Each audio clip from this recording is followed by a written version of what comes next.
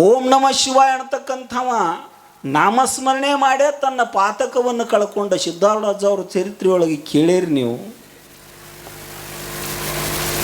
ಮಂತ್ರದ ಮಹಿಮಾ ಅಂಥದ್ದು. ಅಪ್ಪ ಅವ್ರು ಹೇಳಿದರು, ಋಷಿಕೇಶದ ಶಿವಾನಂದ ಯೋಗಿ ಶಿವಾನಂದರು ಅವರು ಗ್ರಂಥದೊಳಗೂ ಬರೀತಾರೆ. ಪ್ರಾಕ್ಟಿಕಲ್ ಆಫ್ ಯೋಗ ಅನ್ನೋ ಗ್ರಂಥದೊಳಗೂ ಅವ್ರು ಅಂದಂಗೆ ಡೈರಿ ಒಳಗೂ ಬರೆದಾರು, ಗ್ರಂಥದೊಳಗೂ ಬರೆದಾರ. ಅವರು ನಾ ಹುಬ್ಬಳ್ಳಿ ಸಿದ್ಧಾರೂಢ ಮಠಕ್ಕೆ ಬಂದಾಗ ಅವ್ರ ಗೆಳೆಯರು, ಅವರು ಸಿದ್ಧಾರೂಢ ಅವ್ರ ಗೆಳೆಯರು. ಸಿದ್ಧಾರೂಢ ಮಠಕ್ಕೆ ಬಂದಾಗ ಸಿದ್ಧಾರೂಢರು ಯೋಗ ವಾಸಿಷ್ಠವನ್ನು ಹೇಳಕತ್ತಿದ್ರು. ಈ ಪೃಥ್ವಿ ತಲದೊಳಗೆ ಈ ಭೂಮಿ ಮೇಲೆ ಸಿದ್ಧಾರೂಢರಂಗ ಯೋಗ ವಾಸಿಷ್ಠವನ್ನು ಇನ್ನು ಯಾರಿಂದಲೂ ಹೇಳಕ್ಕೆ ಸಾಧ್ಯ ಇಲ್ಲ ಅಂತ ಬರೆದಾರ. ಅವರು ಯಾರಿಂದಲೂ ಕಾರಣ ಏನು ಅಂದ್ರೆ ಕಾರಣ ಬರೀತಾರೆ ಅವರು. ಯೋಗ ವಾಸಿಷ್ಠವನ್ನು ಹೇಳಕ್ಕೆ ಸಿದ್ಧಾರೂಢಪ್ಪ ಅವರು ಸ್ವತಃ ವಶಿಷ್ಠ ಮುನಿಗಳಾಗೇ ಹೇಳಕತ್ತಿದ್ರು ಅಂತ ಬರೀತಾರೆ ಅವರು. ಸ್ವತಃ ವಶಿಷ್ಠ ಮುನಿಗಳಾಗಿ ಸಿದ್ಧಾರೂಢ ಮಠಕ್ಕೆ ನಾ ಬಂದಾಗ ಮಠದಾಗಿದ್ದ ಒಳಕಲ್ಲ ಬೀಸುಕಲ್ಲ, ಈಗಿನ ಗತ್ಲೆ ಗ್ರ್ಯಾಂಡರ ಗಿರ್ನಿ ಏನಿರಲಿಲ್ಲ. ಕುಟ್ಟುದು ಬೀಸುದು ಮಾಡ್ತಿದ್ರಾಗ ಒಳಕಲ್ಲ ಬೀಸುಕಲ್ಲು ಸಹಿತ ಓಂ ನಮ ಶಿವಾಯ ಅನ್ನಕತ್ತಿದ್ದು ಅಂತ ಬರೀತಾರೆ ಅವು ಪ್ರಾಕ್ಟಿಕಲ್ ಆಫ್ ಯೋಗ ಅನ್ನೋ ಗ್ರಂಥದೊಳಗೆ. ಸಿದ್ಧಾರೂಢ ಅವರು ಆ ನಾಮಸ್ಮರಣೆಯನ್ನು ಎಷ್ಟು ಸಾರ್ವತ್ರಿಕಗೊಳಿಸಿದ್ರು ಅಂತಂದ್ರೆ ಅವ್ರಿಗಿಂತಲೂ ಪೂರ್ವದೊಳಗೆ ಮುಖಕ್ಕೆ ಅರಿವಿ ಹೊಚ್ಕೊಂಡು ಹೇಳೋದು ಕೇಳೋದು ಮಾಡುವ ಪದ್ಧತಿ ಇತ್ತದು. ಬಹಳ ಗೌಪ್ಯವಾಗಿರಬೇಕು, ಎಲ್ಲೆಂದರಲ್ಲಿ ಬಹಿರಂಗದೊಳಗೆ ಉಚ್ಚಾರ ಮಾಡಬಾರ್ದು ಅಂತ ಹಿಂಗೆ ನೇಮ ಇತ್ತು. ಮಾತಿನ ಅಭಿಪ್ರಾಯ ತಿಳಿಲಾರ್ದಕ್ಕೆ ಹಿಂಗೆ ಮಾಡಕತ್ತೀರಿ ನೀವು ಅಂತ ಜಗದ್ಗುರು ಸಿದ್ಧಾರೂಢರು ಅದನ್ನು ರಹಸ್ಯವಾಗಿಡುವುದಲ್ಲ, ಆ ಮಂತ್ರದೊಳಗೆ ಬಹಳ ರಹಸ್ಯ ಐತಿ ಅನ್ನುವುದನ್ನು ಲೋಕಕ್ಕೆ ತಿಳಿಸಿಕೊಟ್ಟವ್ರು ಯಾರು ಅಂದ್ರೆ ಜಗದ್ಗುರು ಸಿದ್ಧಾರೂಢರು. ಒಂದು ಸಲ ಅದನ್ನು ಮುಚ್ಚಿಟ್ಟು ಹೇಳುವುದಲ್ಲ, ಅದರೊಳಗೆ ಮುಚ್ಚಲ್ಪಟ್ಟಂಥದ್ದು ಭಾಳ ಐತಿ. ಮಂತ್ರದೊಳಗೆ ರಹಸ್ಯ ಭಾಳ ಐತಿ. ಮಂತ್ರವನ್ನು ರಹಸ್ಯ ಇಡುವುದಲ್ಲ, ಮಂತ್ರದೊಳಗೆ ಬಹಳ ರಹಸ್ಯ ಐತಿ ಅನ್ನುವುದನ್ನು ತಿಳಿಸಿಕೊಟ್ಟಿರ್ತಕ್ಕಂಥವರು ಜಗದ್ಗುರು ಸಿದ್ಧಾರೂಢರ ಪುರಾಣವನ್ನು ಜನಜನಿತ ನಿಮಗೆಲ್ಲ ಕೇಳ್ಯಾರ ನೀವು. ಕಥಾಮೃತ, ಸಿದ್ಧ ಮಹಿಮಾಂಬುದಿ ಎಲ್ಲವನ್ನು ಕೇಳಿರ್ತಕ್ಕಂಥವ್ರು ನೀವು. ಬಹಳಷ್ಟು ಅವರಿಗೆ ಕಷ್ಟವನ್ನು ಕೊಟ್ಟರು, ಹೊಡೆದ್ರು, ಬಡಿದ್ರು, ಬೈದರು. ಎಂಥ ದುರ್ಧರ ಪ್ರಸಂಗ ಬಂದರೂ ಮಂತ್ರ ಪಠಣೆಯನ್ನು ಬಿಡಲಿಲ್ಲ, ಒಂದು ಸಲನೂ ನೊಂದುಕೊಳ್ಳಲಿಲ್ಲ. ಸಮೀಪದೊಳಗೆ ಒಂದು 4 ಜನ ಯಾರು ಇಲ್ದಂಗೆ ಬಂದು ಬಡದಿದ್ರು.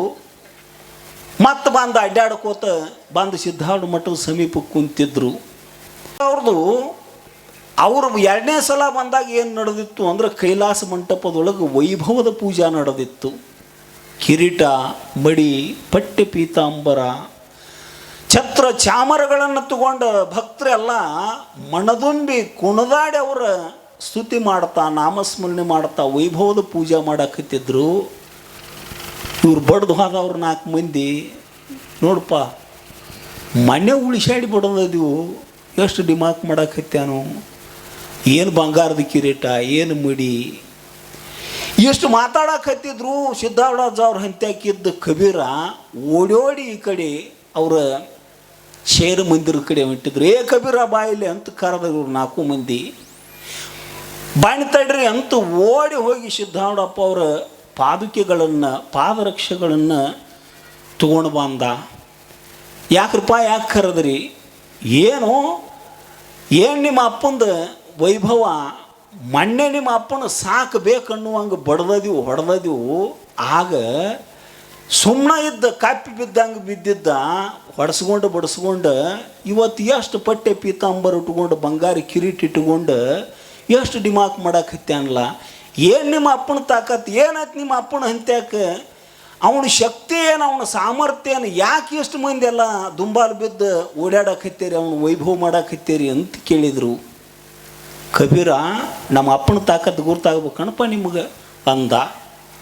ಸದ್ಗುರು ಸನ್ನಿಧಾನದೊಳಗೆ ಕಬೀರ್ನೂ ಸಾಮಾನ್ಯ ಅಲ್ಲ, ಅಷ್ಟಮಹಾಸಿದ್ಧಿಗಳಿದ್ದು ಕಬೀರ್ನಲ್ಲಿಯೂ ಏನು ಬೇಕಾದ ಮಾಡಬಹುದಾಗಿತ್ತು.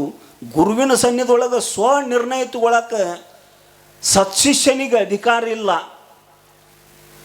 ಗುರು ಆಜ್ಞೆ ಆದ ಬಳಿಕನ ಯಾವ ಕಾರ್ಯದೊಳಗಾದರೂ ಪ್ರವೃತ್ತ ಆಗಬೇಕು ಅಂತ ನಿಯಮ ಐತಿ.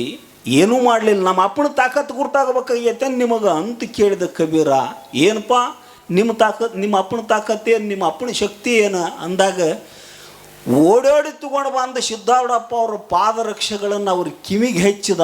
ಜೋರ್ಲಿ ಒತ್ತಾಯ್ಲಿ ಸಿದ್ಧಾರೂಢಪ್ಪ ಅವರು ಮೆಟ್ಟಿರ್ತಕ್ಕಂತಹ ಪಾದರಕ್ಷೆಗಳು ಸಹಿತ ಓಂ ನಮಃ ಶಿವಾಯ ಅನ್ನಕತ್ತಿದ್ದು. ಜಡವಾದ ಪಾದರಕ್ಷೆಗಳು. ಎಂಥ ತಾಕತ್ತಿರಬೇಕು. ಸಿದ್ಧಾರೂಢ ಅವರು ನಾಮಸ್ಮರಣೆಯನ್ನು ಎಷ್ಟು ಮಾಡಿರಬೇಕು, ಎಷ್ಟು ಮಾಡಿಸಿರಬೇಕು ಲೋಕಕ್ಕೆ. ಅವರು ಮೆಡುವ ಜಡವಾದ ಪಾದರಕ್ಷೆಗಳು ನಾಮಸ್ಮರಣೆಯನ್ನು ಹೇಳ್ತಾವು ಅಂದ್ರೆ ನಾಮಸ್ಮರಣೆ ಒಳಗೆ ಬಹಳ ದೊಡ್ಡ ಶಕ್ತಿ ಐತಿ. ವಚನದಲ್ಲಿ ನಾಮಾಮೃತ ತುಂಬಿ, ನಯನದಲ್ಲಿ ನಿಮ್ಮ ಮೂರುತಿ ತುಂಬಿ. ಸಿದ್ಧಾರೂಢರ ನಾಮಾಮೃತವನ್ನು ಉಸಿರಿಗೆ ಹೇಳಿರ್ತಕ್ಕಂಥವ್ರು ಅಕ್ಕಲಕೋಟಿ ಶರಣರು. ಈಗ ನಾವು ನೋಡಿರ್ತಕ್ಕಂಥವ್ರು ಅಂದ್ರೆ ಸದ್ಗುರು ಚಿದ್ಗನಾನಂದ ಭಾರತಿ ಅಪ್ಪಂಗಳವರು. ನಯನದಲ್ಲಿ ನಿಮ್ಮ ಮೂರುತಿ ತುಂಬಿ.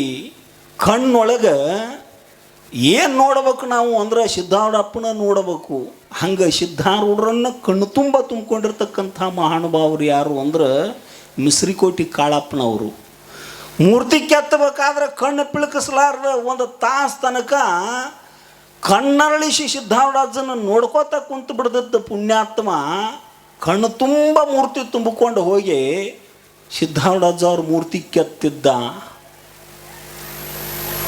ಕಿವಿಯಲ್ಲಿ ನಿಮ್ಮ ಕೀರುತಿ ತುಂಬಿ. ಸಿದ್ಧಾರೂಢಪ್ಪ ಅವನ ಕೀರ್ತಿ ಕೇಳೇ ಬಂದಿರತಕ್ಕಂಥವ್ರು ಕಬೀರ, ಶಿಶುನಾಳ ಶರೀಫರು. ಮನದಲ್ಲಿ ನಿಮ್ಮ ನೆನಹು ತುಂಬಿ. ಮನಸ್ಸು ತುಂಬ ಸಿದ್ಧಾರೂಢಪ್ಪನ ತುಂಬಿಕೊಂಡಿರ್ತಕ್ಕಂಥ ಪುಣ್ಯಾತ್ಮ ಯಾರು ಅಂದ್ರೆ ಬೋಳ್ಯಾ ಭಕ್ತ.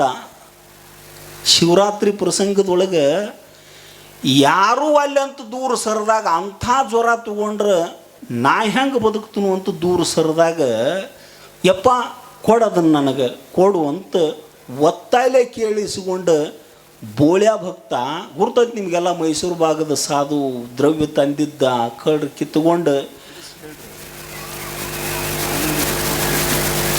ಮೈಸೂರು ಭಾಗದ ಸಾಧು ಬರುವಾಗ ಬಂಗಾರ ತಗೊಂಡು ಬಂದಿದ್ದ. ಒಂದು ಮಣಿ ಬಾಡಿಗೆ ಮಾಡ್ಕೊಂಡು ಇದ್ದ. ಸಿದ್ಧಾರೂಢ ಅಜ್ಜನ ಸನ್ನಿಧಾನದೊಳಗೆ ಬಂದು ಶಾಸ್ತ್ರ ಕೇಳ್ತಿದ್ದ. ಮನಸ್ಸು ತುಂಬ ಸಂಪತ್ತನ್ನು ತುಂಬಿತ್ತು, ದ್ರವ್ಯನ ತುಂಬಿತ್ತು. ಅನುಕೂಲಸ್ಥ ಮಣಿತನದಿಂದ ಬಂದಾವಿದ್ದ. ಬೆಳ್ಳಿ ನಾಣ್ಯಗಳನ್ನು, ಬಂಗಾರ, ಹಣ ತಗೊಂಡು ಬಂದಿದ್ದ ಖರ್ಚಿಗೆ ಅಂತ ಶಾಸ್ತ್ರ ಕೇಳಕ್ಕೆ ಬರ್ತಿದ್ದ. ಅಲ್ಲಿ ಬಾಡಿಗೆ ಮನೆಯಾಗ ಸಂಪತ್ತಿಟ್ಟು ಬಂದು ಇಲ್ಲಿ ಕುಂಡಿರ್ತಿದ್ದ. ನಿದ್ದೆ ಬರ್ತಿತ್ತು ಅವಾಗ. ರಾತ್ರಿ ಎಲ್ಲ ಸಂಪತ್ತು ಕಾವಲ ಮಾಡ್ತಿದ್ದ. ಯಾವಾಗ ಯಾರು ಬಂದು ಕಿತ್ಕೊಂಡು ಹೋಗ್ತಾರೋ ಕಸ್ಕೊಂಡು ಹೋಗ್ತಾರೋ ಅಂತ ಭಯದಿಂದ ರಾತ್ರಿ ನಿದ್ದಿಗೆ ಹಾಕಿದ್ದ. ಬಂದು ಮುಂದೆ ಕುಂತಾಗ ನಿದ್ದೆ ಬರಕ್ಕೆ ಹತ್ತಿತ್ತು.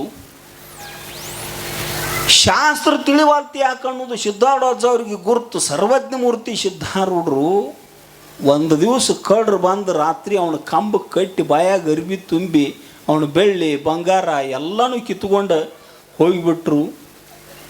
ನೆರೆ ಹೊರಿ ಇದ್ದ ಜನ ಬಾಗಿಲು ಯಾಕೆ ಹಿಂಗೆ ಮುರಿದೈತಿ, ಅರ್ಧಂಬರ್ಧ ಯಾಕೆ ತೆರೆದೈತಿ ಅಂತ ಬಾಜುಕಿನ ಮನ್ಯಾನವ್ರು ನೋಡಿ ಒಳಗೆ ಬಂದು ಬಾಯಾಗಿನ ಅರ್ಬಿ ತೆಗೆದ್ರು. ಕಂಬಕ್ಕೆ ಕಟ್ಟಿದ ಕೈ ಬಿಚ್ಚರು. ಹೇಳ್ಕೋತ ಬೀಳ್ಕೋತ ಅಳ್ಕೋತ ಓಡ್ಕೋತ ಸಿದ್ಧಾರೂಢರ ಸನ್ನಿಧಾನಕ್ಕೆ ಬಂದ. ಉಳ್ಳಾಡಿ ಹತ್ತವ್ರ ಪಾದದ ಮೇಲೆ ಸಿದ್ಧಾರೂಢಾಜವ್ರು ಅಂದರು, ಈಗ ನೀ ಬೋಳ್ಯಾ ಭಕ್ತ ಆಯ್ತು ನೋಡಪ್ಪ ಅಂತಂದರು.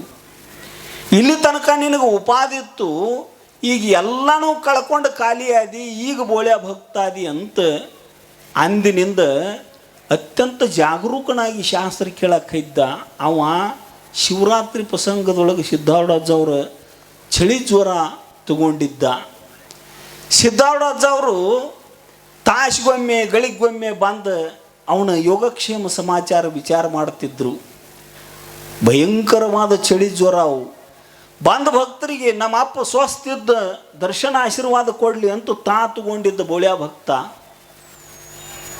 ಶಿವರಾತ್ರಿ ಜಾತ್ರೆ ಮುಗೀತು, ಉತ್ಸವ ಮುಗೀತು, ಭಕ್ತರೆಲ್ಲ ದರ್ಶನ ಮಾಡ್ಕೊಂಡು ತಮ್ಮ ಊರಿಗೆ ಹೋದ ಬಳಿಕ ಸಿದ್ಧಾರೂಢಜ್ಜವರು ಕೊಡಪ್ಪ ನನಗೆ ಜ್ವರ ಅಂದರು. ಯಪ್ಪ ಕೊಡೋದಿಲ್ಲ ಅಂದವ. ಕೊಡೋದಿಲ್ಲ ಯಾಕೋ ಅಂದರು. ಯಪ್ಪ ನಾ ನಿನ್ನ ಭೇಟಿ ಆಗಬೇಕಂದ್ರೆ ಕೈಯಾಣಿ ಕೆಲಸ ಬಿಟ್ಟು ತಿರ್ತಿರಿಗೆ ನೀ ಇದ್ದಲ್ಲಿ ಬರಬೇಕು. ತಿರ್ತಿರಿಗೆ ಹಿಂಗ್ಯಾಕೆ ಬರ್ತಾನೋ, ಹಿಂಗ್ಯಾಕೆ ಅಡ್ಡಾಡ್ತಾನೋ ಅಂತ ನಾ ಅನಿಸ್ಕೋಬೇಕು.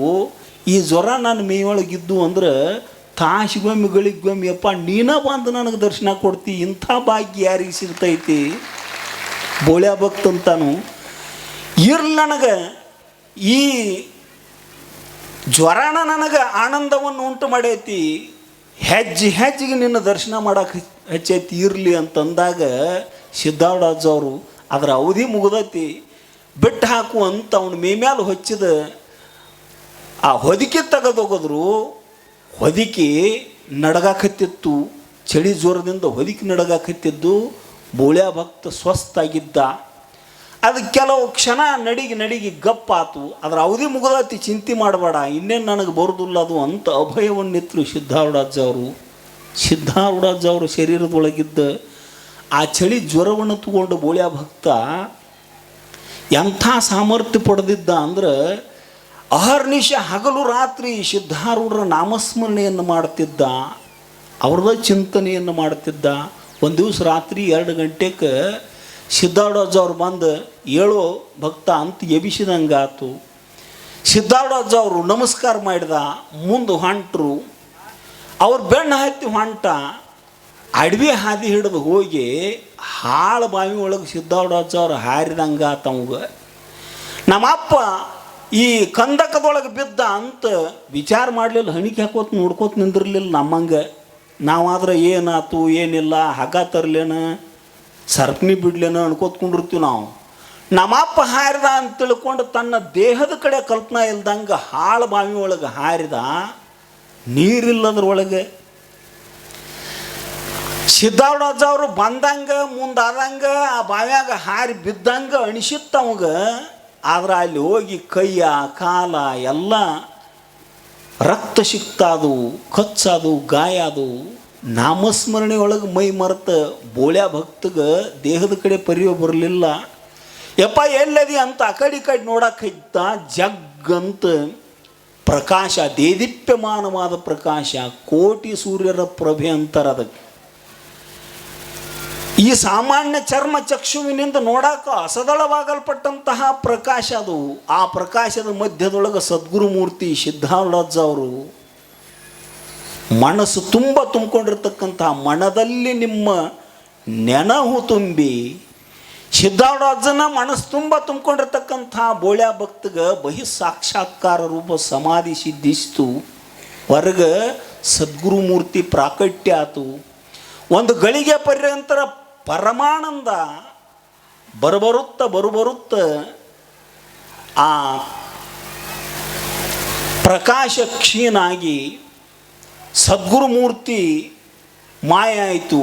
ಆದ್ರೆ ಅದರ ಆನಂದದೊಳಗೆ ಮತ್ತು 4 ಗಳಿಗೆ ಕಳೆದ ಕಣ್ಮುಚ್ಚಿ ಗುರುಮೂರ್ತಿಯನ್ನು ಮನುಷ್ಯನೊಳಗೆ ಸ್ಮರಿಸಿದ.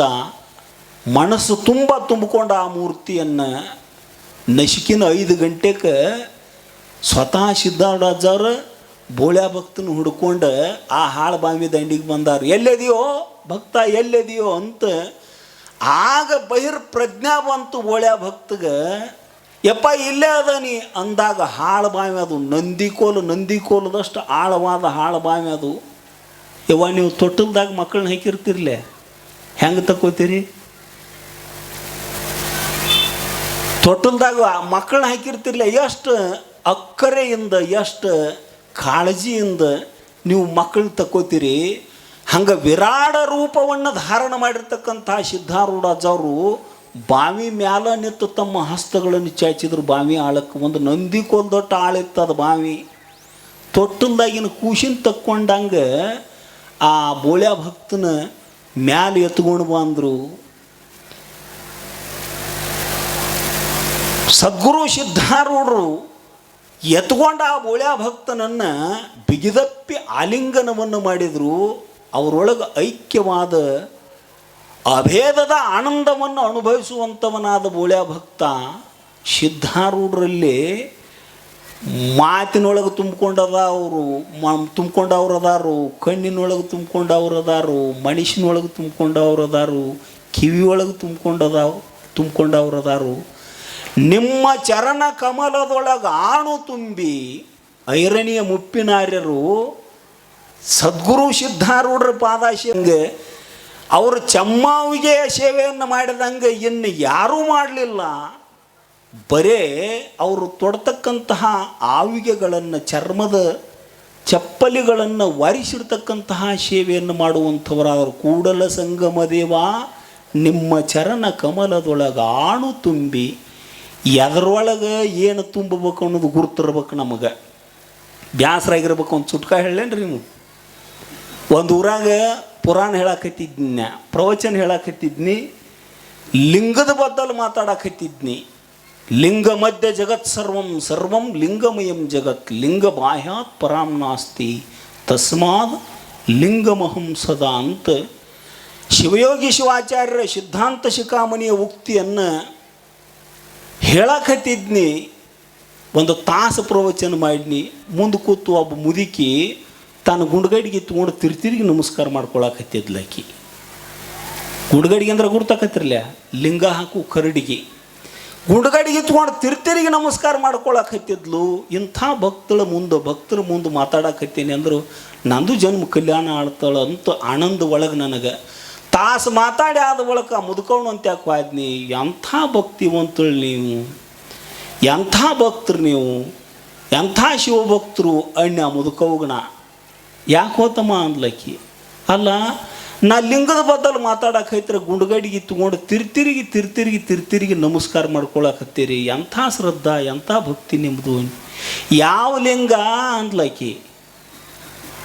ಕೊಳ್ಳಾಗಿನ ಮತ್ತು ಗುಂಡ್ಗಡಿಗೆ ತೊಗೊಂಡು ನಮಸ್ಕಾರ ಮಾಡಕತ್ತಿದ್ದಿಲ್ಲ ಅಜ್ಜಿ ಅಣ್ಣ.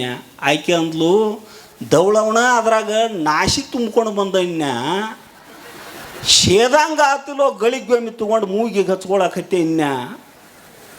ಏನು ತುಂಬಬೇಕು ಎದ್ರಾಗ ಅನ್ನೋದು ಕಲ್ಪನಾ ಸಹಿತಿಲ್ಲ ನಮಗೆ. ನಾಶಿ ಪುಡಿ ತುಂಬ್ಯಾಳ ಆಕಿ. ತಲಬಾಗಣ ತೊಗೊಂಡು ಮೂಗಿಗೆ ಹಚ್ಕೋತಾಳೆ. ಮತ್ತು ರಂಧ್ರ ತೂತಿರ್ತಾವ್ರಲ್ಲೇ ಅದಕ್ಕೆ, ಅದರಲ್ಲಿ ಅದು ಜಗ್ಗಣ ಬರ್ತೈತೆ. ಅದು ವಚನದಲ್ಲಿ ನಾಮಾಮೃತ ತುಂಬಿ ಮಾತಿನೊಳಗೆ ನಾಮಾಮೃತವನ್ನು ತುಂಬಬೇಕು. ಕಠೋರವಾದ ಬಿರುನುಡಿಗಳನ್ನು ಮಾತಾಡಬಾರ್ದು. ನಾವು ಮಾಡಿದ ಜಪ ತಪ ಎಲ್ಲ ಅದರಿಂದ ನಷ್ಟ ಆಕ್ಕೈತಿ, ನಾಶ ಆಕ್ಕೈತಿ. ಕ್ರೋಧಾನ್ನಶ್ಯತಿ ಧರ್ಮ ಅಂತ ಬರ್ಕೊಂಡು ಬರುವಂಥವರಾಗ್ಯಾರ. ಧರ್ಮದ ವ್ಯಾಖ್ಯಾನ ಮಾಡಾಗ ಅದು ಜಪ ತಪಗಳು ಅದರೊಳಗೆ ಅಂತರ್ಗತ ಅದಾವು. ಮತ್ತಿದು ನಿಮ್ಮನ್ನು ಕುರಿತು ಹೇಳ್ತಕ್ಕಂಥ ಮಾತ್ರೆ. ಮತ್ತಿದು ಮಹಾತ್ಮರನ್ನು ಲಕ್ಷಿಸಿ ಅಲ್ಲ. ಮಹಾತ್ಮರು ಕ್ಷಣಕೋಪಿ ಮಹಾತ್ಮನಃ. ಮಹಾತ್ಮರು ಸಿಟ್ಟಿಗೆ ಬರ್ತಾರು. ಅವರು ಕೋಪ ಎಟ್ಟೋತ ಅಂದ್ರೆ ಒಂದು ಕ್ಷಣ, ಮತ್ತೊಂದು ಗಳಿಗೆ ಆ ಸಿಟ್ಟು ಹಿಡ್ಕೊಂಡು ಕುಂಡ್ರಂಗಿಲ್ಲ. ಅವರು ಲೋಕ ಉದ್ಧಾರಕ್ಕಾಗಿ ಅವ್ರ ಕೋಪ ಇರ್ತೈತಿ. ಅದು ಸಾತ್ವಿಕ ಕೋಪ ಅಂತ ಕರೀತಾರೆ. ಅದಕ್ಕೆ ನಮ್ಮ ಸುದ್ದಿ ಹೇಳಕತ್ತೇನ್ಯ. ಇನ್ನೊಂದು ದೃಷ್ಟ ಅಂಥೇಳಿ ನನ್ನ ಮಾತು ಮುಗಿಸ್ತನ್ನ. ಮಾತು ಹೆಂಗಿರ್ಬೇಕು ಅನ್ನುವುದನ್ನು ಲಕ್ಷ್ಯ ಕೊಟ್ಟು ಕೇಳ್ರಿ. ಕೇಳ್ಯಾರಿ ನೀವು, ಸುಮ್ಮನೆ ನೆನಪು ಮಾಡಿ ಕೊಡ್ತೀನಿ ನಿಮಗೆ. ಕೃಷ್ಣ ಪರಮಾತ್ಮ ಸಣ್ಣ ಹುಡುಗಿದ್ದಾಗ ನಂದ ಗೋಕುಲದೊಳಗಿದ್ದ. ನಂದ ಗೋಕುಲದೊಳಗಿದ್ದಾಗ 30-40 ಹುಡುಗರು ಅವನ ಜೊತೆಗೆ ಕೂಡಿ ಆಟ ಆಡ್ತಿದ್ರು. ಅವ ಕೃಷ್ಣ ಮಾಡಲಾರ್ದ ಕೆಲಸನೇ ಇಲ್ಲ. ಎಲ್ಲರೂ ಗುಡಿಸಲಕ್ಕೆ ಹೋಗಿದ್ದ. ಯಮುನಾ ನದಿ ತೀರ ಫಲವತ್ತಾದ ಭೂಮಿ ಅದು. ಸಾಕಷ್ಟು ಹಸುಗಳು, ಹೈನು ಸಾಕಷ್ಟು ಇತ್ತು. ಈಗಿನ ಗತ್ಲೆ ಡೇರೇನೂ ಇಲ್ಲ, ಗೌಳಿಗ್ಯಾರೂ ಇಲ್ಲ. ಎಷ್ಟು ಹಾಲಿದ್ರೂ ಕುಡಿಬೇಕು, ಉಣಬೇಕು, ತಿನ್ನಬೇಕು, ಇಲ್ಲದವ್ರಿಗೆ ಕೊಡಬೇಕು. ವ್ಯಾಪಾರ ಇರಲಿಲ್ಲ, ಹೈನಿನ ವ್ಯಾಪಾರ ಇರಲಿಲ್ಲ ಆಗಿನ ಕಾಲದೊಳಗೆ. ಕೃಷ್ಣ ಎಲ್ಲ ಹುಡುಗರನ್ನ ಕರ್ಕೊಂಡು ರಾತ್ರಿ ಟೈಮ್ನ್ಯಾಗ ಗುಡಿಸಲುಗಳಿಗೆ ಹೋಗಿ ಬೆಣ್ಣೆ, ಮೊಸರ, ತುಪ್ಪ, ಹಾಲ ತುಡುಗು ಮಾಡ್ತಿದ್ದ. ಎಲ್ಲರಿಗೂ ತಿನ್ನಿಸ್ತಿದ್ದ, ತಾನು ತಿಂತಿದ್ದ. ವಿತರಣದೊಡನೆ ಭೋಗಿಸುವ ಅರ್ಥದೊದವನು ಅಂತ ನಿಜಗುಂಡ್ರೆ ಅದಕ್ಕೆ ಇಂತಿರ್ಬೇಕು, ಹಂಚಬೇಕು, ಉಣಬೇಕು, ಉಪಭೋಗ ಮಾಡಬೇಕು ಅಂತ. ನಂದ ಗೋಕುಲದ ತೀರದೊಳಗೆ ಯಮುನಾ ನದಿ ಗೋಪಿಕಾ ಸ್ತ್ರೀಯರು ನೀರು ತರಕ್ಕೆ ಹೋದಾಗ ಮಾತಾಡ್ತಿದ್ರು. ಕೃಷ್ಣ ನಿನ್ನೆ ನಾನು ಗುಡಿಸಲ್ಕ್ಕೆ ಬಂದಿದ್ದ, ನಾನು ಗುಡಿಸಲ್ದಾಗಿನ ಬೆಣ್ಣೆ ತಿಂದು ಹೋಗ್ಯಾನು, ಹಾಲು ಗಡಿಗೆ ಉಳಿಸಿ ಹೋಗ್ಯಾನು, ಮೊಸರು ಚೆಲ್ಲಿ ಹೋಗ್ಯಾನು, ಮಜ್ಜಿಗೆ ಕುಡಿದು ಹೋಗ್ಯಾನು. ಹಿಂಗೆ ಒಳ್ಳೆ ಅಭಿಮಾನದಿಂದ ಮಾತಾಡ್ತಿದ್ರು. ಅದ್ರೊಳಗೆ ಒಬ್ಬ ಹೆಣ್ಮಗಳು ಬಾಯಾಗ ಭಾಳ ಬಿರ್ಸಿದ್ಲು. ಭಗವಂತನ ನಾಮಸ್ಮರಣೆ ಇರಲಿಲ್ಲ. ಬಾಯಾಗ ಬಿರ್ಸಂದ್ರೆ ಗುರ್ತಕತ್ತಿಲ್ಲವ್ರು, ಯಾಕೆನು ಕಲ್ತಿತ್ತಿದ್ಲು ಅನ್ನೋದು ಕೇಳಬೇಡ್ರಿ. ಮತ್ತು ಮಾತು ಬಿರ್ಸಿದ್ದು ಆಕಿವು. ನಾಮಸ್ಮರಣೆ ಇರಲಾರ್ದ ಮಾತ ಏನು ಮಾಡ್ತೈತೆ ಹೇಳ್ತೀನಿ ನಿಮಗೆ. ಆ ಹೆಣ್ಮಗಳು ಏನು ಅಂದ್ಲು ಅಂದ್ರೆ, ಆ ಕೃಷ್ಣಗೆ ಧೈರ್ಯ ಇತ್ತಂದ್ರೆ ನಾನು ಗುಡಿಸಲ್ಕೆ ಬರಲಿ, ಅವನು ಮದುವೆನ ಮಾಡ್ತಾನೆ ಅಂದ್ಲು. ಈಗ ಸಣ್ಣ ಹುಡುಗರು ಕಾಡಾಕತ್ತಾನ ಅಂತಿರ್ಲ ನೀವು, ಏತಮ್ಮ ಸುಮ್ಕೊಂಡ್ರ ಇರ್ಲಿಕ್ಕೆ ನಿನ್ನ ಮದುವೆನ ಮಾಡ್ತಾನೆ ನೋಡು ಅಂತಿರಲ್ಲ ನೀವು. ಸಣ್ಣ ಹುಡುಗರು ಕಾಡ್ಸಕ್ಕಿದ್ದೀವಿ ಅಂದ್ರೆ ನಾನು ಗುಡಿಸಲ್ಕೆ ಬರಲಿ, ಅವ್ನು ಧೈರ್ಯ ಇತ್ತಂದ್ರೆ ಅವನು ಮದುವೆನ ಮಾಡ್ತಾನೆ ಅಂದ್ಲು. ಕೃಷ್ಣ ಗುರ್ತಾಗಂಗಿಲ್ಲ ಅಂದ್ರೆ ಈ ಮಾತು. ಸರ್ವಜ್ಞ ಮೂರ್ತಿ ಅವ, ಕೃಷ್ಣ ಗುರ್ತಾತು. ಅಂದು ಹೊತ್ತು ಮುಳುಗಿ ಆಕೆ ಗುಡಿಸಲಿಕ್ಕೆ ಎಂದೂ ಹೋಗಿರಲಿಲ್ಲ ಕೃಷ್ಣ. ಸಂಜೆಗೆ ಎಲ್ಲ ಮಕ್ಕಳು ಬಂದು ಕೂಡಲೇ ರಾತ್ರಿ 10 ಗಂಟೆಗೆ ಈಗಿನ ಗತ್ಲೆ ಟಿ ವಿ ನೋಡ್ಕೊತ ಭಾರತನ ಕುಂಡಿರ್ತಿದ್ದಿದ್ದಿಲ್ಲ. ಆಗ 9-10 ಗಂಟೆ ಆದ್ರೆ ಸ್ತಬ್ಧ ಮಲ್ಕೊಂಡು ಬಿಡ್ತಿದ್ರು. ಹೆಪ್ಪ ಹಾಕಿದಂಗೆ ನಂದು ಗೋಕುಲ ಗಪ್ಪಾಗಿತ್ತು ಸುಸುಪ್ತಿ ಅವಸ್ಥೆ ಒಳಗೆ. ಎಲ್ಲ ಹುಡುಗರನ್ನ ಕರ್ಕೊಂಡು ನಾ ಹೇಳ್ದಲ್ಲಿ ಹೋಗೋದಪ್ಪ ಅಂದ. ನೀ ಎಲ್ಲಿ ಕರ್ಕೊಂಡು ಹೋಗಿ ಕೃಷ್ಣ ಅಂತ ಬೆನ್ನು ಹತ್ತಿದ್ರು. ಬಿರ್ಸು ಮಾತಾಡಿದ್ಲಲ್ಲ ಹೆಣ್ಮಗಳು, ಆ ಹೆಣ್ಮಗಳು ಗುಡಿಸಲ್ಕ ಕರ್ಕೊಂಡು ಹೋದ. ಕಿಟಕಿ ಕಿತ್ತಿಟ್ಟ, ಎಲ್ಲ ಹುಡುಗರನ್ನ ಒಳಗೆ ಇಳಿಸಿ ಬಾಗಲ ತೆಗೆದು ಎಲ್ಲರೂ ಒಳಗೆ ಹೋದರು. ಬಿರ್ಸು ಮಾತಾಡಿದ ಹೆಣ್ಮಗಳು ಆಕಿ ಗಂಡ ಜೋಡಿಗೆ ಮಲ್ಕೊಂಡಿದ್ರು. ಒಂದೇ ಚಾಪಿ ಮೇಲೆ ಗಂಡ ಹೆಂಡತಿ ಮಲ್ಕೊಂಡಿದ್ರು. ತನ್ನ ಮಾಯಾಶಕ್ತಿಯಿಂದ ಅವ್ರಿಗೆ ಎಚ್ಚರ ಆಗಲಾರ್ದಂಗೆ ಮಾಡಿದ. ನೆಲುವಿನ ಮೇಲೆ ಇದ್ದ ಹಾಲ, ಮೊಸರ, ಬೆಣ್ಣೆ, ತುಪ್ಪ ಒಬ್ರ ಮೇಲೆ ಒಬ್ರು ನಿಂತು ಕೆಳಗೆ ಇಳಿಸ್ಕೊಂಡು ಎಲ್ಲ ತಿಂದರು. ಎಲ್ಲರನ್ನೂ ಹೊರಗೆ ಕಳಿಸಿ ಸುಮ್ಮ ಹೋಗಲಿಲ್ಲ ಕಿಡಿಗೇಡಿ ಕೃಷ್ಣ. ಎಲ್ಲ ಅವ್ರನ್ನ ಮಣ್ಣಿನ ಮಡಿಕೆವು ಒಡೆದ ಹೆಂಚು ಮಾಡಿದ. ಅಷ್ಟು ಕರೆ ಸುಮ್ಮ ಹೋಗ್ಬೇಕಲ್ಲ ರೀ. ಮತ್ತು ನಾಳೆ ನಾನು ಗುಡಿಸಲ್ಕೆ ಬಂದೇ ಇಲ್ಲ ಕೃಷ್ಣ ಅಂದ್ಲಂದ್ರೆ ಹೋಗಾಗಿ ಏನು ಮಾಡಿದ ಅಂದ್ರೆ, ಗಂಡ ಹೆಂಡತಿ ಜೋಡಿಗೆ ಮಲ್ಕೊಂಡಿದ್ದರಲ್ಲೇ. ಜೋಡಿಗೆ ಮಲ್ಕೊಂಡು ಗಂಡ ಹೆಂಡತಿ, ಆಗಿನ ಗಂಡು ಮಕ್ಕಳು ಉದ್ದುದ್ದು ಗಡ್ಡ ಬಿಡ್ತಿದ್ರು. ನಮ್ಗತ್ಲೆ ಬಂದ ರೂಪ್ಲೆ ಬೋಳ್ಸ್ಕೊಂಡು ಕುಂಡಿರ್ತಿದ್ದಿದ್ದಿಲ್ಲ. ಹೆಣ್ಮಕ್ಳು ಜಡಿ ಹಾಕ್ತಿದ್ರು. ಜಡಿ ಅಂತೀರೋ ಹೆಣೋಲ್ ಅಂತೀರೋ ನೀವು? ಜಡಿ ಹಾಕೋತಿದ್ರು. ಆ ಗಂಡನ ಗಡ್ಡಕ್ಕೆ ಹೆಂಡತಿ ಜಡಿಗೆ ಗಂಟು ಹಾಕಿ ಹೋಗಿಬಿಟ್ಟ ಅವ ಕೃಷ್ಣ. ಇದು ಭಾಳ ಆನಂದ ಅನಿಸ್ತಾನೆ ನಿಮಗೆ? ಚಪ್ಪಲಿಗೆ ಬಿಡ್ಯಾಕತ್ತೀರಿ ಇಂಥವು ಹೇಳೋ ಮರ ಯಾತಾರ ಅವರು. ಗಂಟು ಹಾಕೋದು ಹೇಳಿ ಸುದ್ದಿ. ಗಂಟು ಹಾಕಿ ಹೋಗಿಬಿಟ್ಟ. ಮರುದಿವ್ಸ ಮುಂಜಾನೆ ಹೆಣ್ಮಗಳು ಹೇಳಕ್ಕೆ ಹೋದ್ಲು, ಜಡಿ ಹಿಡಿದು ಜಗ್ಗಿದಂಗೆ ಆತು. ಅಷ್ಟ್ರೊಳಗೆ ತಿರುಗಿ ನೋಡ್ಬಿಡ್ದ ಗಂಡ, ಯಪ್ಪ ಸಾತ್ನೋ ಅಂತ ಕೈಯಾಗ ಗಡ್ಡ ಹಿಡ್ಕೊಂಡು ಎದ್ದು ಕೂತಿದ್ದ. ಇನ್ನು ನಿಮ್ಮ ಜಡಿಕಿಂತ ಹೆಚ್ಚು ಗಡ್ಡ ಅಳಕ್ತಾವು ಎದ್ದು ಕೂತಿದ್ದ. ಇದ್ಯಾಂಗ ಗಂಟು ಬಿತ್ತು ಅಂತ ಗಂಡ ಹೆಂಡತಿ ಇಬ್ಬರು ಇದರ ಬದ್ರ ಕೂತು ಬಿಚ್ಕೊಳಕ್ಕೆ ನೋಡ್ರು. ಮನುಷ್ಯರು ಹಾಕಿದ ಗಂಟು ಇತ್ತಂದ್ರೆ ಬಿಸ್ತಿತ್ತು ಏನೋ, ಅದು ಭಗವಂತ ಹಾಕಿದ ಬಂಧನ ಹೆಚ್ಚಲಿಲ್ಲ. ಅದು ಸರ್ಕೋತ ಮೂಲ್ಯಾಗ ಕುಡುಗೋಲಿತ್ತು, ಕುಡುಗೋಲು ತಗೊಂಡ. ಮತ್ತು ಬಿಚ್ಚಲಿಲ್ಲ ಅಂದ್ರೆ ಏನು ಮಾಡ್ಬೇಕ್ರಿ? ಕುಡುಗೋಲ ತೊಗೋಬೇಕಲ್ಲ. ಕುಡುಗೋಲು ತಗೊಂಡ.